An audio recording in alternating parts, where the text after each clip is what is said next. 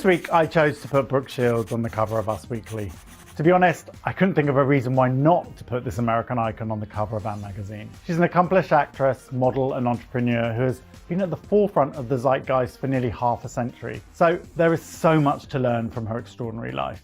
She's always been transparent, but as Brooke approaches her 60th birthday, she's become even more confident and empowered to say exactly what she thinks. And she's done just that in her new book, Brooke Shields is Not Allowed to Get Old: Thoughts on Aging as a Woman. I found the story she told very compelling and unique, but the feeling of self-assurance and knowledge that she now has is something we all aspire to as we get older. So I wanted us as readers to hear more. Brooke has spent a lot of her life being a people pleaser, answering awkward sexual questions from journalists, being a dutiful daughter to her mother and manager Terry, and letting the world into all aspects of her life, even smiling for paparazzi when she went to college. She's had hit after hit on television, but as she's got older, she says she started to feel invisible and that her external perceptions didn't seem to match up with her internal sense of self, and that the entertainment industry wasn't as enthusiastic towards her as they were when she was younger. This is something so many of us can relate to when we age. She says, I'm expected to be invisible, to make no demands or to fade away so that I can be frozen in time as a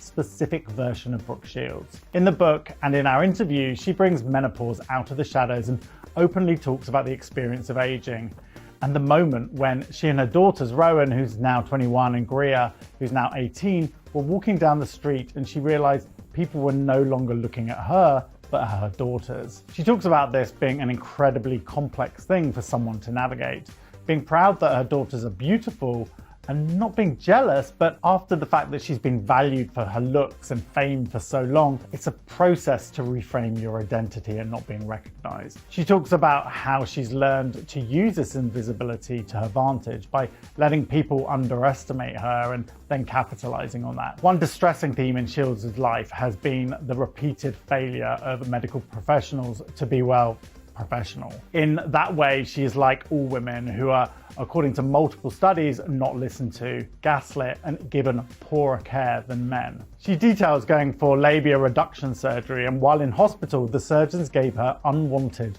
unneeded vaginal rejuvenation, which left her dumbfounded. And she said it felt like such an invasion, such a bizarre-like rape of some kind. Sharing this story helps others to empower themselves to speak up. Shields ultimately decided not to sue because she'd already spent so much time with her body as a headline, but is now speaking up to raise awareness around the issue of the medical profession not listening to women. To read more on this story, go to usmagazine.com or pick up our latest issue.